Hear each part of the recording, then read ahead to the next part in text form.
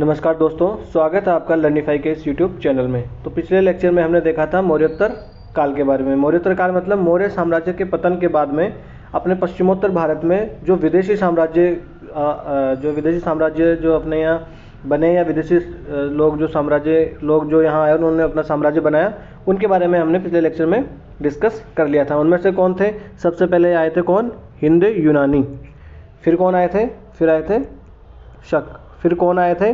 फिर पार्थियाई या पहलव। फिर कौन आए थे? कुषाण। याद है कि नहीं? आपको याद नहीं है तो एक बार जाना पिछले लेक्चर को या तो फिर से देख लेना, स्पीड बढ़ा के देख लेना। आपके ये विशेषता होती है यूट्यूब पे, ये है फीचर। या तो आप जो मैंने आपको PDF प्रोवाइड करवाई है अपने जो चैनल है टेलीग्राम का, वहाँ पर जाके एक बार आप उसको रिवाइज कर लेना। तो हम देख लेते हैं यूनानी राजा में सबसे महत्वपूर्ण कौन सा था? मिनांडर। और शक राजा में कौन सा था? शक शासक रुद्रदामन। पार्थियाई में गोंडोफर्नीस। और कुषाण राजाओं में कौन सा सबसे महत्वपूर्ण शासक था? कुषाण शासक कनिष्क।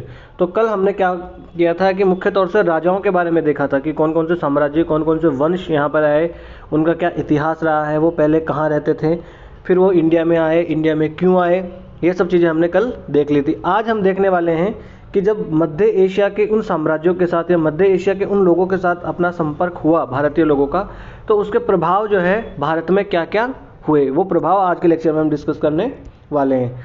तो सबसे पहले हम देखने वाले हैं भवन और मृदभांडों पे क्या प्रभाव पड़ा, कि मध्य एशियाई लोगों के संपर्क के बाद अपने भवन और मृदभांड, उनमें क्या क्या जो है विशेषता अपने यहाँ नई आई, क्या प्रभाव पड़ा, क्या चीज़ें उनमें मतलब क्या परिवर्तन हुआ। ठीक है, तो शुरू करते हैं। तो शक कुषाण काल में भवन निर्माण के कार्य में क्या हो गया कि उल्लेखनीय प्रगति अपने यहाँ हो गई। पकाई गई ईंट जो थी उनका प्रयोग अपने यहाँ किया जाने लगा।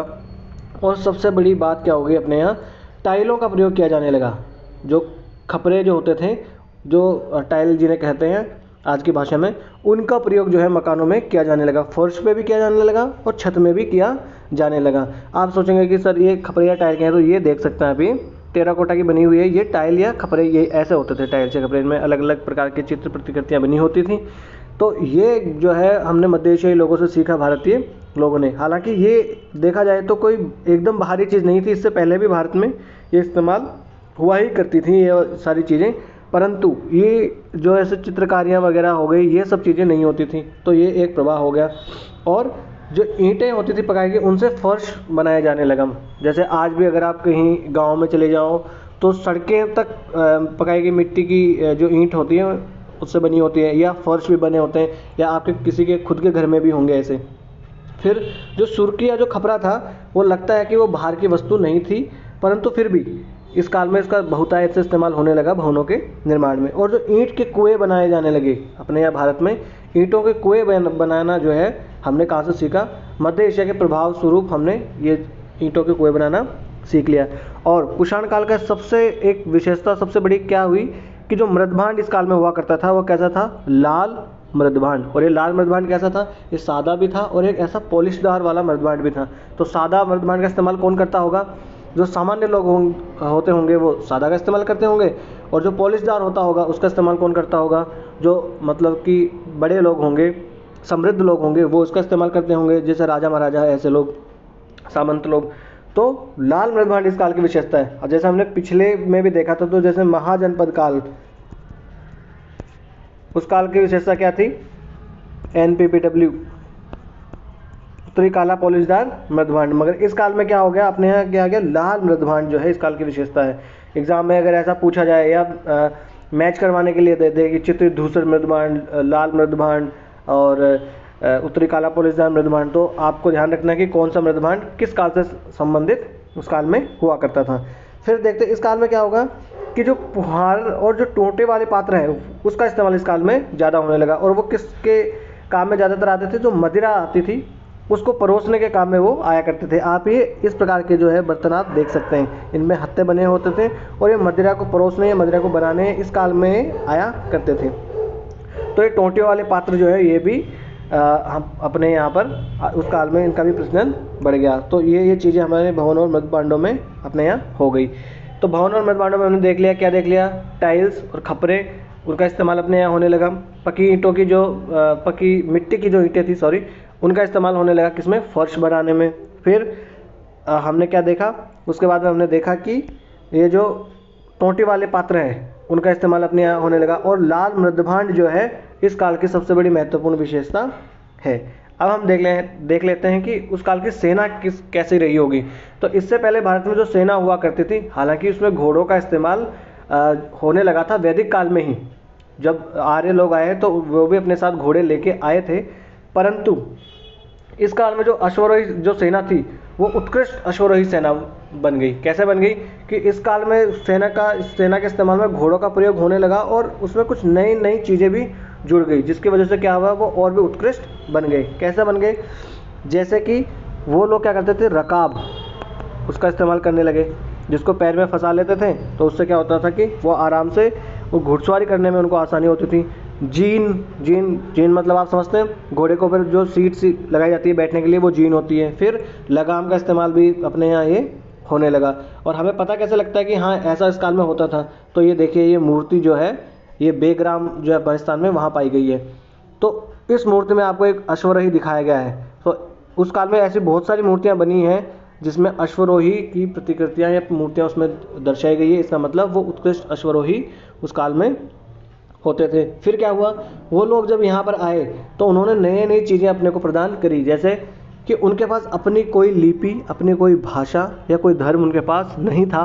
तो जैसे वो लोग भारत में आए तो उन्होंने क्या किया, जो भारतीय धर्म वगैरह, भारतीय संस्कृति, भारतीय लिपि भाषा जो थी उसको उन्होंने अपना लिया। इसकी वजह से क्या हुआ कि वो भारतीय ही एकदम बन के रह गए। आज कोई बता सकता है कि कौन जो है कुषाण है, कौन शक है, या हम में से ही पता लगे कोई कुषाण वंश का हो, कोई शक वंश का हो, कोई यूनानी वंश का हो, मगर आज हमें पता नहीं लगता। क्यों नहीं लगता, क्योंकि वो लोग भारतीय जो अपनी संस्कृति थी इसके ही अंग एक तरीके से बन गए, और भारतीय समाज जो थे उसके अंग वो बन गए।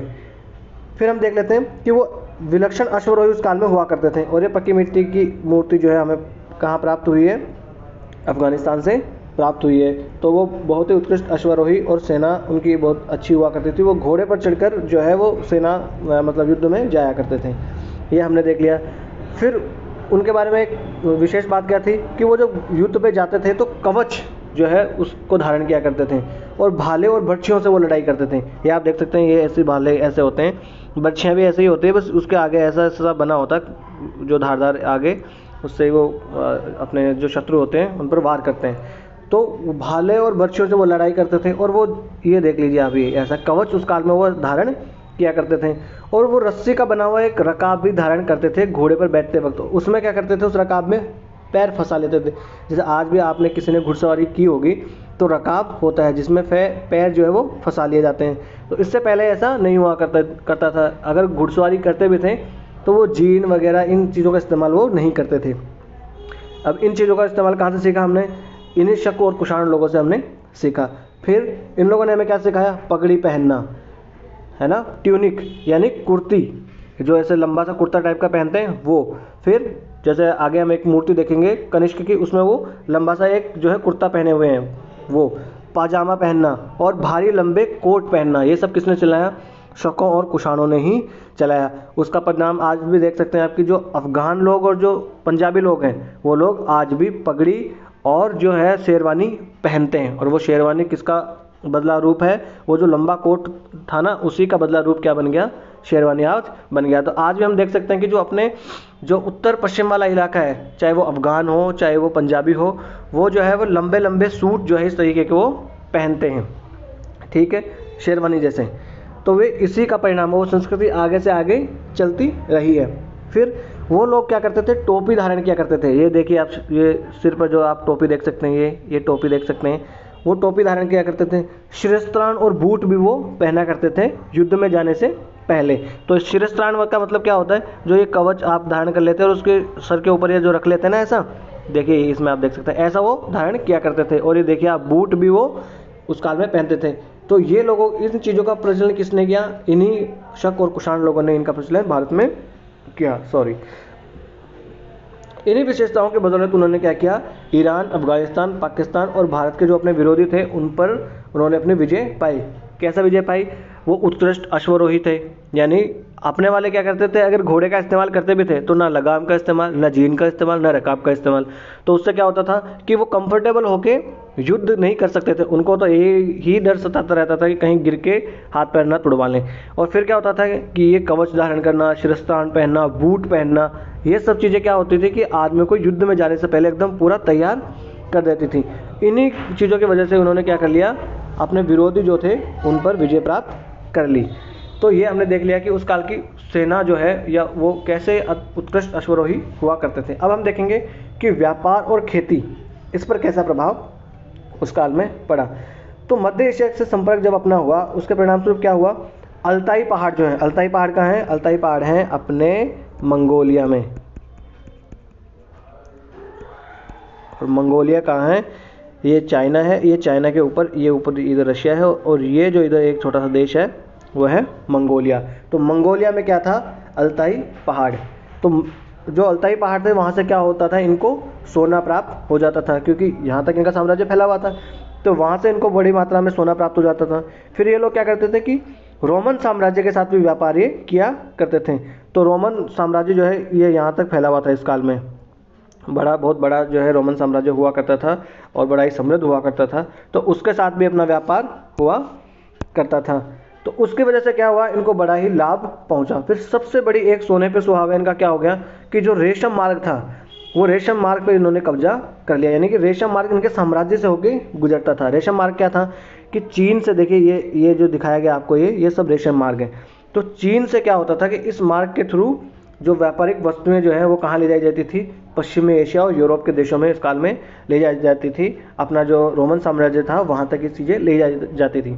तो जब बीच में से आपके साम्राज्य में से होकर ये रेशम मार्ग गुजर रहा है, तो आप क्या करोगे, उसमें से चुंगी लोगे। चुंगी मतलब आप टैक्स वसूल करोगे। टैक्स वसूल करोगे तो क्या होगा, आपकी आर्थिक स्थिति बेहतर होगी, बिल्कुल बेहतर होगी। और इसी आर्थिक स्थिति और इसी जो है अपना जो रेशम मार्ग है, इसी के बदौलत ही बड़े बड़े साम्राज्य ये बनाने में कामयाब हो पाए। तो अब व्यापार आप देख सकते हैं, हम लोग कहाँ कहाँ से व्यापार करते थे, पश्चिमी एशिया और यूरोप तक हम व्यापार किया करते थे, ठीक है। और फिर हम अगर देखा जाए तो आप इधर जावा सुमात्रा, वहाँ भी व्यापार होता था। अफ्रीका तक भी हम व्यापार किया करते थे। देखिए ये सब आप देख सकते हैं, पर्शिया तक हम व्यापार करते थे। ये अरब जो देश हैं वहाँ भी हम व्यापार किया करते थे। स्क्रीन एक बार हम कर देते हैं क्लियर, ठीक है। तो ये आप समझ सकते हैं। तो कुषाणों ने फिर क्या किया, खेती को भी उन्होंने बढ़ावा दिया। जैसे हमने देखा था कि शासक रुद्रदामन ने क्या किया था, सुदर्शन झील जो उसका पुनर्निर्माण करवाया था कि नहीं करवाया था, करवाया था। तो खेती को भी इन्होंने बढ़ावा दिया, सिंचाई की सुविधा इन्होंने प्रदान करी।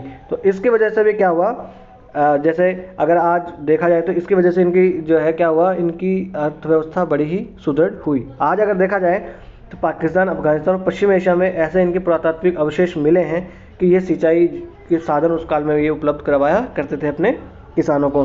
तो व्यापार हमने देख लिया कि विदेशी व्यापार होते थे और देश में तो व्यापार हुआ ही करता था। क्यों होता था कि क्योंकि ये शक्तिशाली साम्राज्य बहुत बड़े बड़े थे।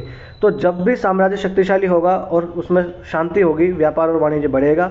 व्यापार और वाणिज्य अगर बढ़ेगा तो उससे क्या होगा, आर्थिक स्थिति बेहतर होगी। तो इस वजह से इनकी आर्थिक स्थिति क्या हुई, बेहतर हुई। अब हम देख लेते हैं उस काल की राज व्यवस्था कैसी थी। यानी कि आज की जैसे हम देख लेते हैं कि जो प्रधानमंत्री होता है, ऐसा होता है, शासन किस प्रकार से चलाया जाता था, उस काल में किस प्रकार से शासन चलाया जाता था वो हम देख लेते हैं। होता क्या था कि मध्य एशियाई लोग जब भारत में आए तो भारत उस काल में क्या था कि छोटे छोटे राज्यों में बिखर चुका था। क्यों बिखर चुका था, क्योंकि मौर्य साम्राज्य जो बड़ा ही एक सुदृढ़ साम्राज्य हुआ करता था, एकल साम्राज्य हुआ करता था, वो बिखर चुका था। ये आपको पता ही है, पिछले लेक्चर में हमने देख लिया। जब ये लोग भारत में आए तो जो छोटे छोटे राजा बच गए, फिर हमने देखा था ना कि जैसे अशोक मरा, उसके जो पड़ोसी लोग थे और उसके जो सामंत लोग हुआ करते थे, उसके अधीन जो गवर्नर थे, वो उन्होंने अपने आप को स्वतंत्र कर लिया। तो जो छोटे छोटे राजा बचे उन लोगों को उन्होंने आसानी से हरा दिया। फिर क्या हुआ, इन राजाओं के ऊपर ये बैठ गया आके, इनको क्या कर लिया, अब राजा हैं तो राजा का ऐसा तो है नहीं है कि उठा के कहीं फेंक देंगे या मार देंगे या ऐसा, हालांकि मार भी सकते हैं युद्ध में, पर ये हुआ क्या करता था कि जनता की स्वीकृति पाने के लिए, क्योंकि जनता की पूरी संवेदनशीलता या संवेदना किसके साथ होती थी, राजा के साथ। तो ये राजा को क्या करते थे, मारते नहीं थे, ताकि जनता जो है विद्रोह ना करे।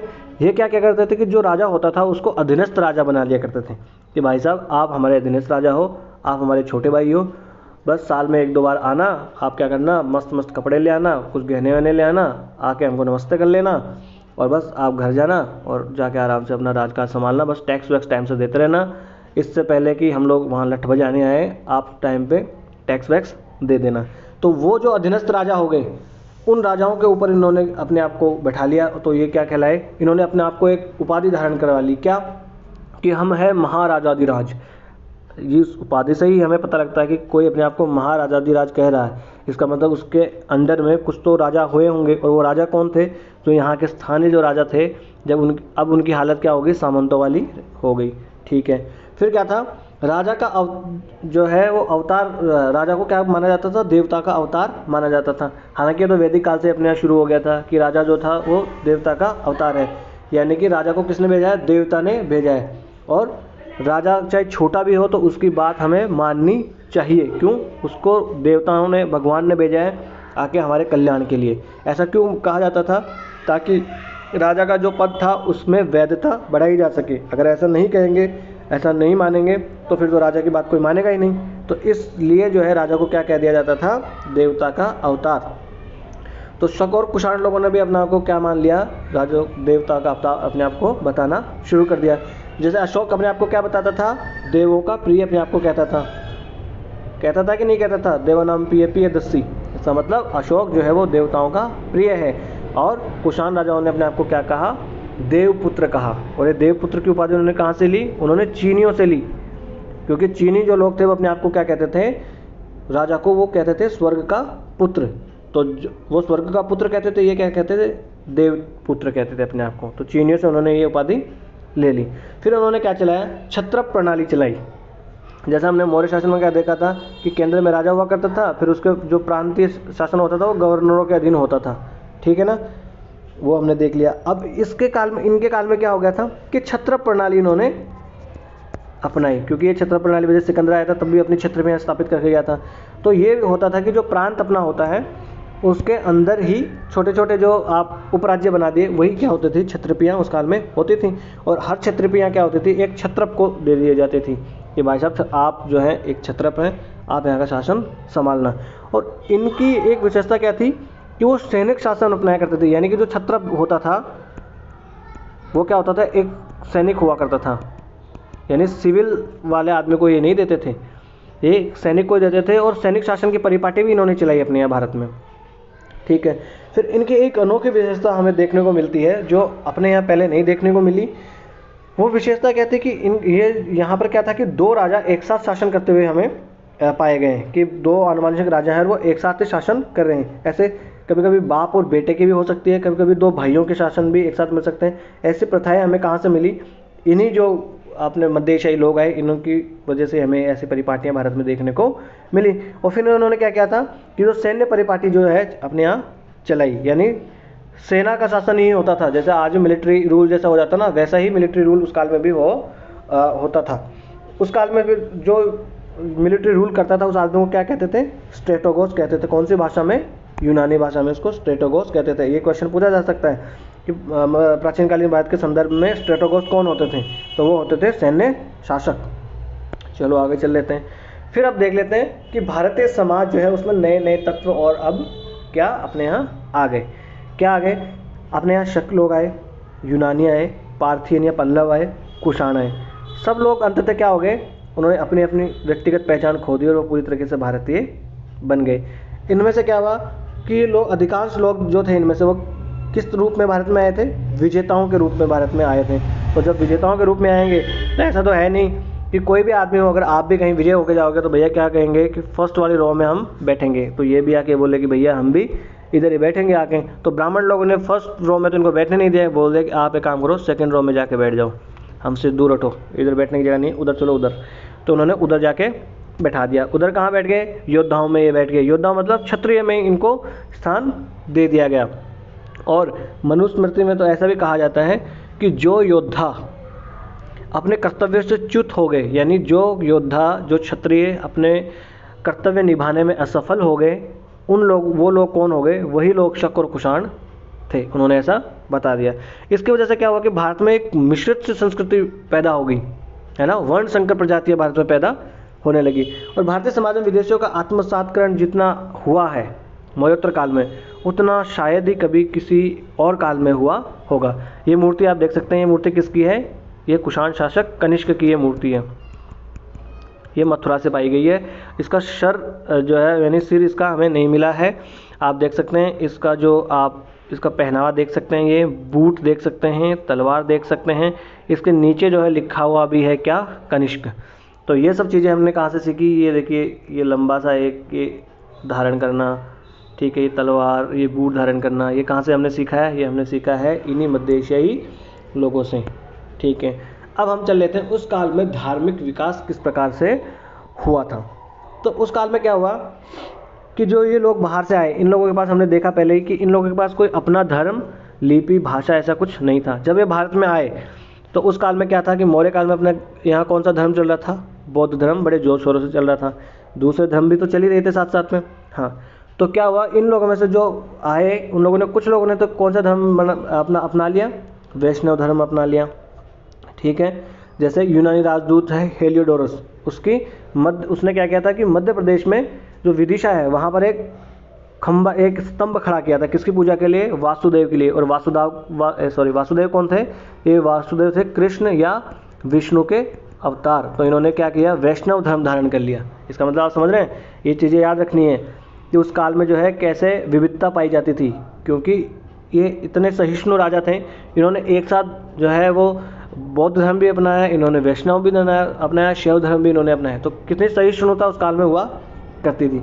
तो इन्होंने क्या किया? वासुदेव की आराधना के लिए एक स्तंभ खड़ा करवा दिया, ठीक है। फिर कुछ शासकों ने क्या कर लिया? बौद्ध धर्म को अपना लिया। जैसे यूनानी राजा मिनांडर, हमने देखा था ना, मिलिंद पन्नो, याद है कि नहीं याद है? तो मिनांडर ने क्या किया? बौद्ध धर्म अपना लिया। कुषाण शासक कनिष्क, इसने क्या किया? बौद्ध धर्म अपना लिया, ठीक है ना। फिर शक शासकों में कुछ ने का नाम हमने देखा था कि कुछ ने तो अपना नाम ही शुद्ध भारतीय अपना लिया था, जैसे वासुदेव, है ना। तो हमने देख लिया कि उन लोगों ने क्या कर लिया था कि अपना ब्राह्मण धर्म अपना लिया था, वैष्णव धर्म अपना लिया था। कुछ शासकों ने बौद्ध धर्म अपना लिया, जैसे कुषाण शासक कनिष्क ने। और कुषाण जो था वो तो शिव का भक्त भी था और बुद्ध, दोनों को मानता था। देख सकते हैं आप उस काल की संवेदनशीलता जो है धर्म के प्रति, और जो अपनी एक सहिष्णुता उस काल में आप देख सकते हैं। आज तो क्या होता है कि आप इस धर्म को मानते हो तो आप तो इस दूसरे देश में चले जाओ, या इस धर्म के लोग तो ऐसे ही होते हैं, या इस धर्म के ऐसे होते हैं। यानी सब धर्मों को एक साथ मानने वाली परंपरा उस काल में देखिए कितनी हुआ करती थी। तो हम तो उनसे भी खराब हैं अगर आप अगर तुलना करें तो, ठीक है। इसलिए हमें क्या होता है कि जो कुषाण मुद्राएं हैं उन पर दोनों देवताओं के चित्र में मिलते हैं, शिव के भी मिलते हैं और बुद्ध के भी मिलते हैं। देखिए कितनी अच्छी बात उस काल में हुआ करती थी। फिर है कई कुषाण शासकों ने तो वैष्णव धर्म भी अपने यहाँ अपना लिया, जैसे कि कुषाण शासक वासुदेव, सॉरी अभी मैंने ये शक शासक बता दिया था। क्या है कि कभी कभी जबान है वो फिसल जाती है, स्लिप ऑफ टंग हो जाता है, कोई नहीं। तो ये आप देख सकते हैं उस काल की बुद्ध की प्रतिमाएं। जब बुद्ध की प्रतिमाएं इतनी अच्छी खासी बनी है, इसका मतलब वो शासक बौद्ध धर्म को जो है संपोषण उसका करते होंगे, ठीक है। आगे चल लेते हैं। फिर उस काल में क्या हुआ था कि बौद्ध महायान संप्रदाय है उसका भी उद्भव हो गया था। याद करिए वर्षों पुरानी कहानी, जब मैंने आपको बताया था कि कुषाण शासक कनिष्क के काल में कश्मीर के कुंडल वन में बौद्ध जो है चतुर्थ बौद्ध संगीति आयोजित की गई थी। और उस बौद्ध संगीति में क्या हुआ था? महायान संप्रदाय को अंतिम रूप दे दिया गया था। याद है कि नहीं याद है? याद नहीं है तो पीछे जाइए, या तो लेक्चर दोबारा से देखिए, या तो पीडीएफ को अच्छे से रिवाइज कीजिए। आज का काम आज पे रखिए, कल पे मत छोड़े। मैं आपको एनसीईआरटी से पढ़ा रहा हूँ, इससे ज़्यादा एग्जाम में बाहर नहीं आएगा, और अगर इससे बाहर आएगा तो वो क्वेश्चन कोई भी नहीं कर पाएगा। आपको बस करना इतना है कि आप ये पीडीएफ रिवाइज कीजिए, और एक बार आपको न्यू वाली एनसीईआरटी और एक बार ओल्ड वाली एनसीईआरटी आपको साथ साथ में पढ़ती चलना। यानी कि मैक्सिमम चीज़ें तो इन दोनों में सेम ही है, बस थोड़ा सा लिखने की बात अलग है। और आप चाहो तो चाहे ओल्ड वाली पढ़ लो या तो न्यू वाली पढ़ लो। ओल्ड वाली में थोड़ा सा ज़्यादा दिया है, न्यू वाली में थोड़ा कम दिया है। इसमें न्यू वाली में थोड़े चित्र वगैरह ज़्यादा दिए हैं। तो आपको क्या करना है, just to be sure, just to be safe, आपको क्या करना है, न्यू और ओल्ड वाली एनसीईआरटी पढ़नी है। आपको 6th क्लास की एनसीईआरटी पढ़नी है, न्यू वाली, ठीक है ना। और ओल्ड वाली है जो रामचरण शर्मा जो है, रामचरण शर्मा वाली एनसीईआरटी आपको पढ़नी है। साथ साथ में पढ़ते चलना है। वो पढ़ना है क्या बात, जब मैं लेक्चर पढ़ा दूँ उसके बाद पढ़ना है, तभी आपको वो समझ में ठीक से आ पाएगी। उससे क्या होगा कि आपको सब चीज़ें याद हो जाएगी। और इसमें मैं फैक्ट भी ला रहा हूँ बीच बीच में, आपको बीच में थोड़ा बहुत फैक्ट का तड़का तो लगाना पड़ेगा। ऐसा भी नहीं कि इतने सारे फैक्ट ही रट लेने हैं कि आपका मतलब फंस जाए गले में और मौत हो जाए इंसान की, ऐसा वाला काम भी आपको नहीं करना है। फैक्ट के पीछे ज़िंदगी में कभी मरना नहीं है, क्योंकि अगर आप फैक्ट के पीछे भागोगे, चाहे वो आप मैप याद करने के चक्कर का हो या किसी भी सब्जेक्ट का हो, आपको याद नहीं होगा। चाहे वो आप पॉलिटी के आर्टिकल्स याद करने बैठो, आपको जस्ट करना क्या है, बार बार उसको रिवाइज करना है, बार बार पढ़ते जाना है। वो फैक्ट अपने आप ही कहानी के जैसे आपको याद होते जाएंगे। लेके कभी नहीं बैठना है फैक्ट को, ठीक है। अब हम देखते हैं बौद्ध संप्रदाय का महायान संप्रदाय का उद्भव हम देख लेते हैं। इस काल में क्या हुआ, भारतीय धर्म में बहुत सारे परिवर्तन अपने यहाँ हो गए। भारतीय धर्म में परिवर्तन कैसे हो गए? बुद्ध के काल में क्या होता था कि जो भी आदमी संघ में जाता था उसको क्या करना पड़ता था, संघ के नियमों का पालन करना पड़ता था। बौद्ध भिक्षु और भिक्षुणियाँ उसमें जा सकते थे, उनको संघ के नियमों का पालन करना पड़ता था। यानी वही ऐसे अपरिग्रह, यानी ज़्यादा जो है उसका जो संग्रह आपको नहीं करना चाहिए, सादा भोजन करना चाहिए, सादा वस्त्र धारण करने चाहिए। इस काल में क्या हुआ, बड़े बड़े साम्राज्य बने और बड़े बड़े जो है नगर बने। नगर की ऐसे चकाचौंध फैल गई, और नगर की जब चकाचौंध फैली और राजाओं ने खुले हाथों से बौद्ध जो धर्म था उसका संपोषण किया। रोज़ मतलब आ जाओ भाई साहब, ये नए नए बौद्ध धर्म वाले ये जो भिक्षु आ जाते थे राजाओं के पास, बस बड़ी महफिलें चला करती थी, सोना वोना दान दिया करते थे, खाने पीने का बढ़िया चिकन मटन सब ले आते थे, और कभी कभी तो थोड़ी बहुत लगा भी लिया करते थे जब मौसम बढ़िया सा होता था। तो इस वजह से हुआ क्या, इन जो भिक्षु और भिक्षुणियाँ जो थे उन लोगों का क्या हो गया कि इनको जो सादा जीवन जीने की सलाह उस काल में दी गई थी उसका ये पालन नहीं कर पाए। क्यों नहीं कर पाए? क्योंकि बड़े बड़े नगर बन गए, उन नगर में जो है फिर सोना चांदी इनको व्यापारियों ने बड़े खुले हाथों से दान दिया, राजाओं ने दिया। इसकी वजह से क्या हुआ कि ये जो है उनका पालन नहीं कर पाए और जो लोभ था उसको ये दबा नहीं पाए। जैसे आंध्र प्रदेश के नागार्जुन कोंडा है, वहाँ पर एक मठ है, बौद्ध मठ, उसमें हमें क्या मिला, बहुत बड़ी मात्रा में सिक्के मिले। इसका मतलब है कि बौद्ध मठों में अब सिक्के एकत्रित किए जाने लगे थे। यानी सारी उम्र महात्मा बुद्ध जो कहते कहते मर गए बेचारे, उनकी बात को जैसे ही वो मरे ये लोगों ने जुटला दिया। ठीक है, ये लोगों ने क्या किया कि जो मांस खाते थे उन लोगों का स्वागत इन लोगों ने किया। भाई स्वागत जब करेंगे तो खुद भी कभी ना कभी तो चिकन मटन खाएंगे कि नहीं खाएंगे? बिल्कुल खाएंगे। तो ये लोग भी चिकन मटन खाने लगे और कभी कभी पैक भी मारने लगे। तो अब क्या हुआ, अब जो तपस्वी की तरह जो जीवन जीने वाला इनका जो था नियम, उस नियम को इन्होंने तोड़ दिया, क्योंकि कहने वाला कोई रहा नहीं, बुद्ध अब रहे नहीं बेचारे। यही मालिक, तो जब इनका सरदार ही मठ का जो होता होगा मुखिया वही लगाता होगा पैक, तो नीचे वाले तो लगाए लेते होंगे। ठीक है, अब वो सोना चांदी को छूने लगे, और छूने क्या लगे, वो तो अच्छे अच्छे ये आभूषण धारण करने लगे। भाई है भिक्षु कहने को, मगर कानों में गले में बड़े ये सोने चांदी के पहनने लगे, मांस खाने लगे, बढ़िया बढ़िया मस्त ब्रांडेड कपड़े पहनने लगे, जारा वगैरह के। ठीक है, और अनुशासन इतना शिथिल हो गया कि कुछ भिक्षु जो है वो तो छोड़ के वापस घर चले गए। भाई मेरे बस की बात नहीं है, मैं तो घर जा रहा हूँ, मैं नहीं इस संगम में रह सकता। देख सकते हैं आप, आया था हरि भजन को और ओटन लगे कपास, वो वाली बात हो गई। भजन करने आया था, लग गया किसी और काम में। तो बौद्ध धर्म का यह नया रूप क्या कहलाया? महायान कहलाया। यानी कि ये सब चीज़ें जो करने लगे वो सब जो क्या कहने लगे, महायान। और जो अपना शुद्ध बौद्ध धर्म रह गया वो क्या हो गया? हीन यान। और ये हीन यान और महायान, इन दोनों का झगड़ा अंत में कब सुलझा? जब चतुर्थ बौद्ध संगीति हुई कश्मीर के कुंडलवन में कुषाण शासक कनिष्क के। वाह, जैसे कश्मीर, कुंडल, कुषाण, कनिष्क, क्या बढ़िया जिमगा। तो इस चतुर्थ बौद्ध संगीति में ये अलग अलग हो गए थे। समझ गए आप? ठीक है, आगे चलते हैं। फिर क्या हुआ, जो अपने शुद्ध रूप में बौद्ध धर्म में जो बुद्ध से संबंधित कुछ वस्तुएं थी, होता क्या था कि जो हीनयान, आज का जो हीनयान हो गया, उस काल में तो नहीं होता था पहले। तो जब शुरू में क्या होता था कि बुद्ध जो थे उनकी मूर्ति की पूजा शुरुआत में नहीं किए जाती थी। यानी बौद्ध धर्म में मूर्ति पूजा जो है उसका निषेध होता है।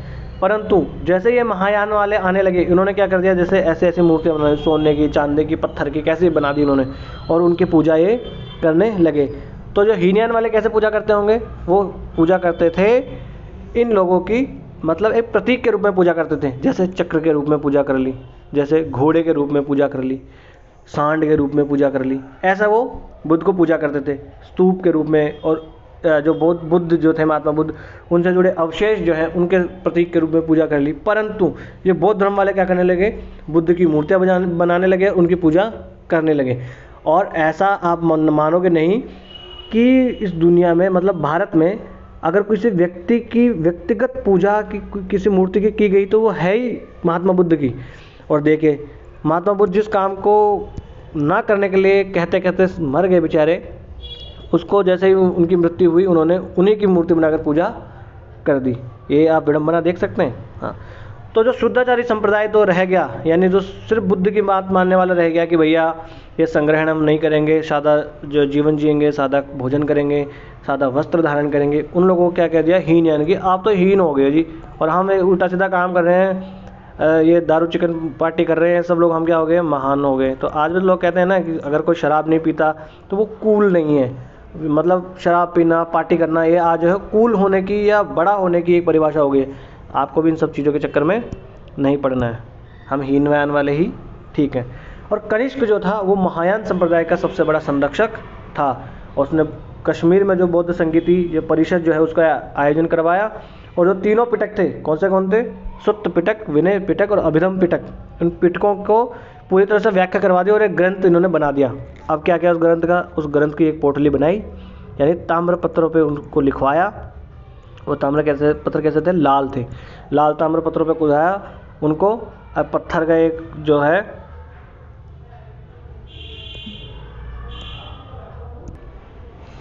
हाँ, तो हम डिस्कस कर रहे थे कि उन्होंने क्या किया, फिर जो लाल ताम्रपत्र पे खुदवा लिया जो है तीनों पिटकों की व्याख्या को, और उनको क्या किया, एक पत्थर का एक पात्र बनाया, उसमें डाला और उसको दफना दिया, और उस दफना के उसके ऊपर क्या बना दिया, एक स्तूप बना दिया। और वो स्तूप अब तक हमको मिला नहीं है, और जिस दिन मिल गया उस दिन क्या होएगा, उस दिन हमें पता लग जाएगा कि इनके बारे में और क्या क्या जानकारियाँ हमारे पास हैं।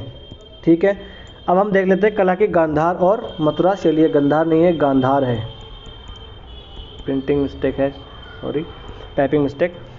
तो ये कला की गांधार और मथुरा शैली क्या है, कब से गांधार शैली, मथुरा शैली, गांधार शैली, मथुरा शैली लगाई पड़ी है। अब देख लेते हैं क्या है। तो हुआ क्या, कुषाण साम्राज्य जो है उसमें क्या हुआ, विभिन्न देशों के अपने यहाँ जो है प्रशिक्षित मिस्त्री आए, कारीगर आए भारत में, अन्य अलग अलग शैलियों के आए, रोम से आए, यूनान से आए। ठीक है, उनकी वजह से क्या हुआ, अपने यहाँ नई नई शैलियाँ विकसित हो गई कला की, जैसे गांधार और मथुरा शैली। ठीक है, तो ये जो गांधार शैली वो अपने यहाँ कहाँ हुआ करती थी, जो पश्चिमोत्तर सीमा प्रांत है ना गांधार, वहाँ पे ये अपने यहाँ हुआ करती थी। उस किस वजह से ये हुई, यूनानी रोमन शिल्पकार जो मध्य एशियाई शिल्पकार थे उनके संपर्क के परिणाम स्वरूप अपने यहाँ जो है ये गांधार शैली चलन में आई।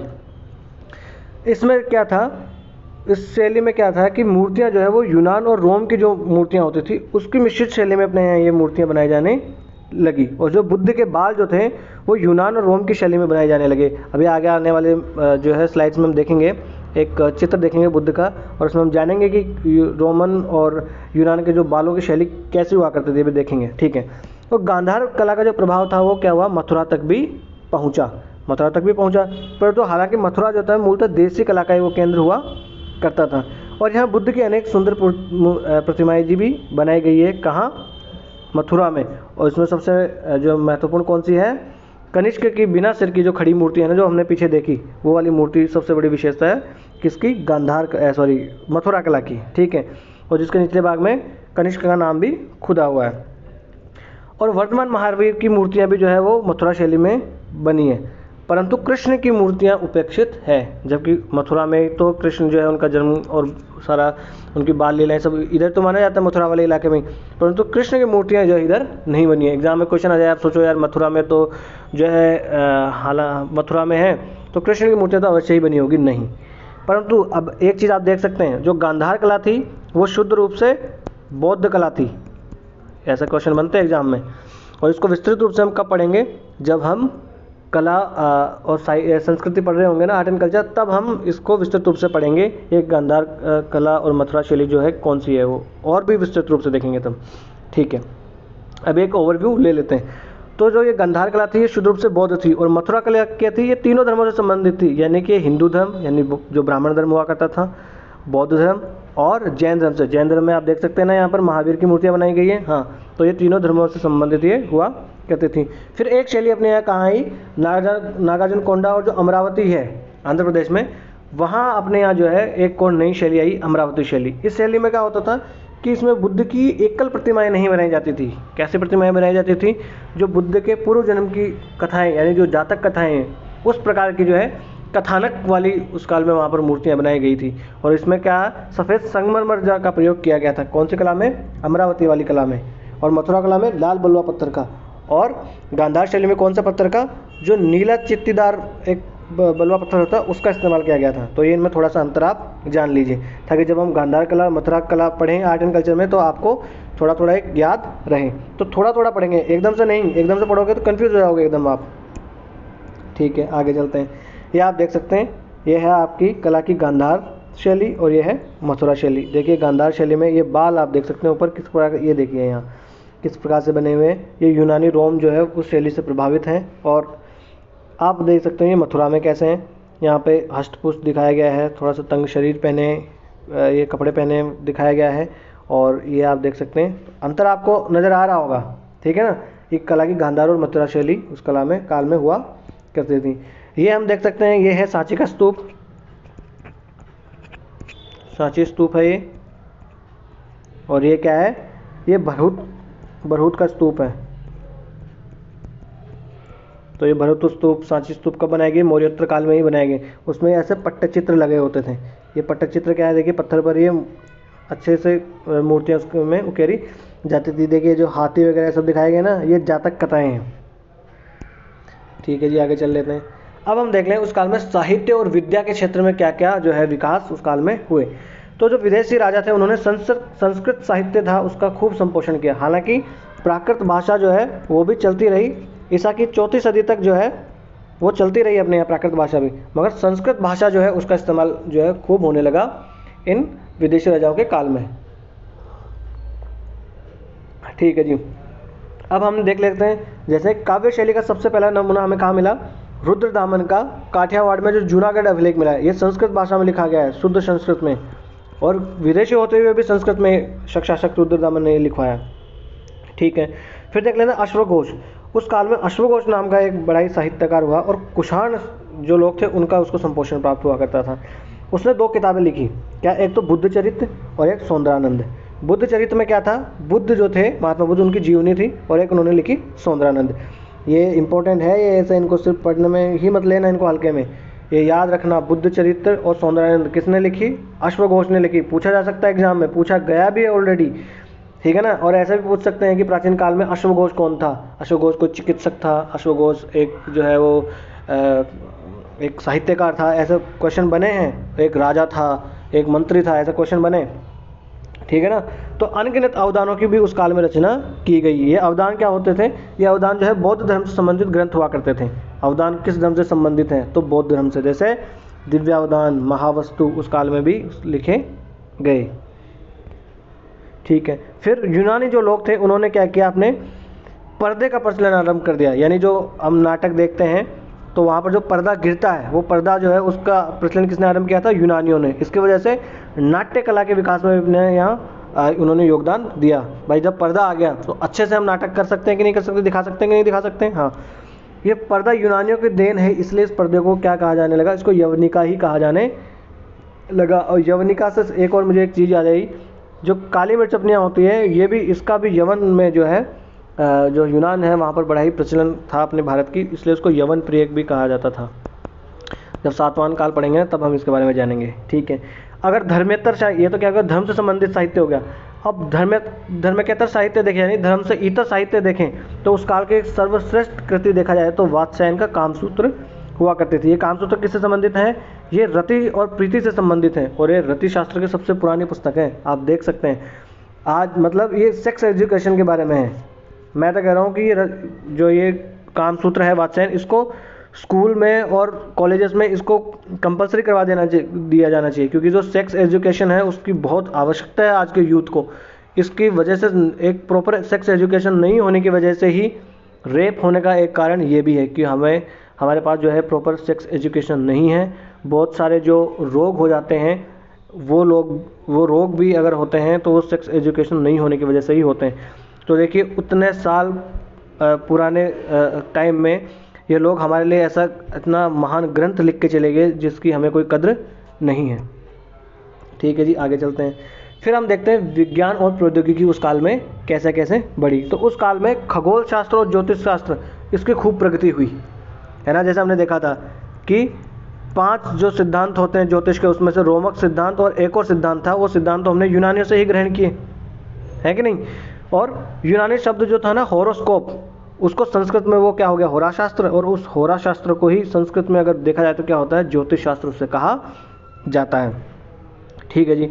यूनानी शासकों ने अपने यहाँ क्या चलाई, ब्राह्मी लिपि चलाई, और अपने सिक्कों पर कई भारतीय रूपांक भी उन्होंने चला दिए। अपने जैसे राजा का चित्र उन्होंने बना दिया, ठीक है, किसी पशु का चित्र उन्होंने बना दिया, बुद्ध का चित्र बना दिया, शिव का चित्र बना दिया। तो ये सब चीज़ें भी उन्होंने अपने यहाँ भारत में लागू करी। फिर कुत्ते, मवेशी, मसाले और हाथी दांत की जो वस्तुएं थी, हम यूनान के लोगों से यहाँ से भेजते थे, यूनान के लोगों को यहाँ से। ठीक है, ये भी अपने यहाँ देखिए प्रगति हुई इस काल में।